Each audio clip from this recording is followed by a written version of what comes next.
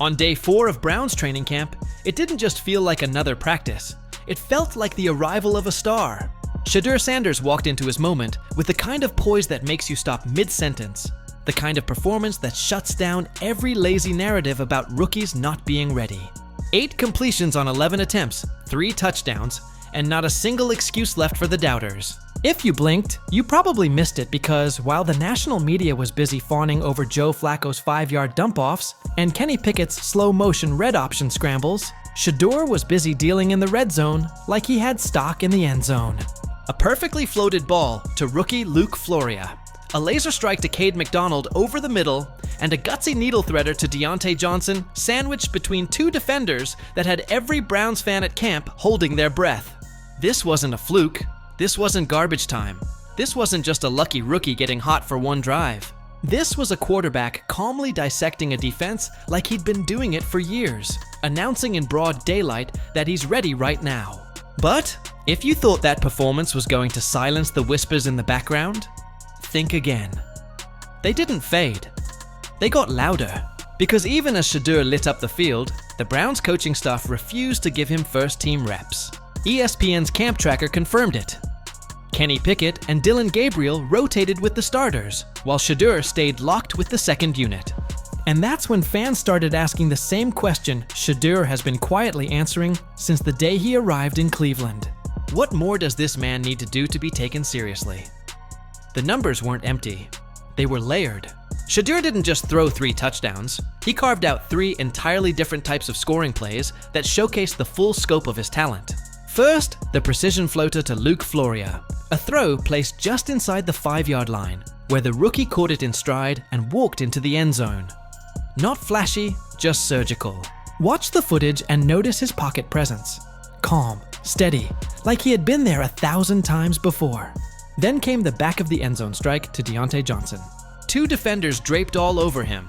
Chaos in the coverage. But Shedeur had the guts and accuracy to thread the needle and deliver a strike right in the numbers. That's not luck, that's guts. Finally, the middle field rope to Cade McDonald. Quick read, quick trigger, touchdown. 3 plays, 3 styles, all pointing to a quarterback with the complete package. Compare that to the so-called favorites in the quarterback race. Pickett managed 2 touchdowns, but nearly got McDonald flattened on a late pass at the 4. Dillon Gabriel threw just 1 touchdown, most of his yards coming from checkdowns and scrambles. And Flacco. He moved the offense a couple yards closer to the goal line without ever actually putting it in. The contrast couldn't be clearer. Shedeur found pay dirt again and again, while the rest just kept the chains moving. And yet somehow, his name wasn't first on the practice report. He wasn't the one Stefanski was high-fiving. He wasn't the guy the media swarmed after practice. Why? Because Shedeur isn't just battling cornerbacks and linebackers. He's battling a system that seems hell-bent on making him prove himself 5 times over. And performances like this are just fuel. But if you think the Browns were going to reward him for it, think again. How does a quarterback go 8 for 11 with 3 touchdowns and still not see a single first-team rep? That's the storm cloud hanging over Cleveland. The Browns say it's an open competition. But an open competition doesn't look like this. Kenny Pickett and Dillon Gabriel are handed starter reps. Joe Flacco gets his scripted throws. And Shedeur? He's left with the scraps, forced to prove himself with guys fighting just to make the roster.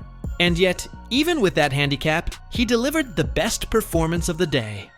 Think about that for a second. The Browns coaching staff, led by Kevin Stefanski, insists they're testing everyone. But testing doesn't mean freezing out your most productive quarterback.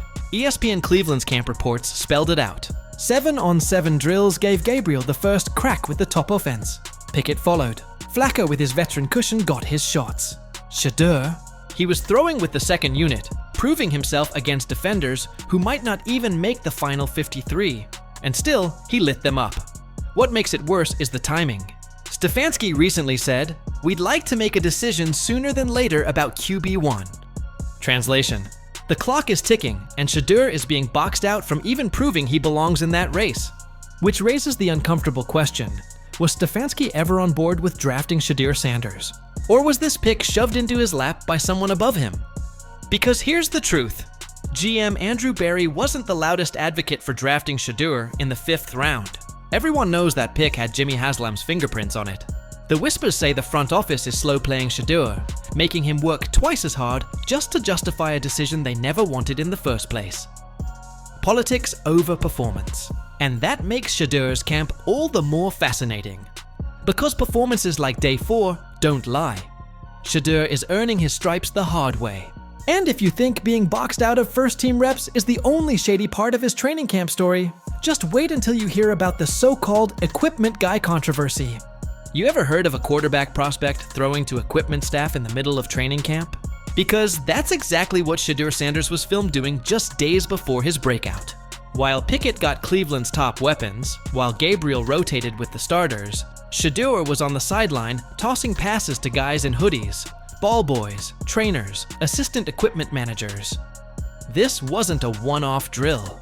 This was multiple periods, caught on camera and blasted across social media like a humiliating blooper reel. Fans were confused, critics disgusted, and Shedeur, he just brushed it off. He told reporters, "It doesn't faze me. You got to understand, we came all the way from HBCU to Power 5, and now we're here." That's not just composure. That's a reminder of who Shedeur Sanders is. He's always had to climb uphill. From being doubted at Jackson State, to questioned at Colorado, to marginalized in Cleveland. This isn't new. This is fuel. And still, despite the disrespect, he stepped on the field on Day 4 and threw 3 touchdowns to real receivers against real defenders with real pressure in his face. That's not a rookie trying to earn a spot. That's a man refusing to fail even when he's set up to. And while most rookies would have cracked under that treatment, Shedeur stayed locked in, making Floria look like a starter, connecting with Deontay like they'd played together for years, and hitting McDonald across the middle like it was drawn in the dirt. No excuses, no complaints, just ball. But why was he put in this position to begin with? The answer leads straight to the front office. Behind the curtain of training camp drills lies the real power struggle, one that might have nothing to do with what happens on the field. Because in Cleveland, the quarterback competition isn't just between Pickett, Flacco, Gabriel, and Shedeur. It might be between the Browns owner and his front office. Jimmy Haslam wanted Shedeur Sanders. He saw what the rest of the league ignored. A polished, poised, accurate quarterback with NFL pedigree. He watched Shedeur break records at Colorado, win the Johnny Unitas Golden Arm Award, and carry himself with veteran calm. When the 5th round came and Shedeur was still available, Haslam didn't just suggest taking him. He made sure it happened. But Andrew Berry, the GM who prizes system fits and metrics, wasn't sold. Rumors say Berry preferred Dillon Gabriel, a low-profile grinder who doesn't come with a spotlight or a famous last name. Gabriel fits the mold. Shedeur redefines it. And that may be the problem.